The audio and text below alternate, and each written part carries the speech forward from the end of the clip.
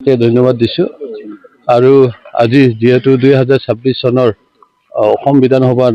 নিৰ্বাচনৰ আজি দিন গতিকে ৰাতিপুৱাৰ পৰাই গধূলিলৈকে যিখিনি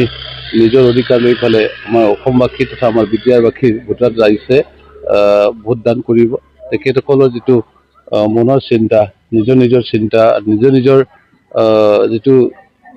মন পচন্দৰ প্ৰাৰ্থী তেওঁলোকে ভোটদান কৰিব মই আশা কৰিছোঁ 100% তেওঁলোকে ভোটদান কৰিব পাৰিব কিন্তু মই আজি UPPL দলৰ মনোনীত প্ৰাৰ্থী হৈ পেলাই আমাৰ 45 নং ভেৰগাঁও বিধানসভা সমষ্টিত মই সকলো ভোটাৰ ৰাইজক মোৰ সমষ্টিবাসীক মই কৃতজ্ঞতা যাচিছোঁ আৰু শুভেচ্ছা যাচিছোঁ আজিৰ দিনটোৰ ভিতৰত তেওঁলোকে তেওঁলোকৰ বহুমূলীয়া ভোট নিজৰ মন পচন্দৰ 2 নম্বৰত মোৰ নাম থাকিব মোৰ নামত তেওঁলোকে যাতে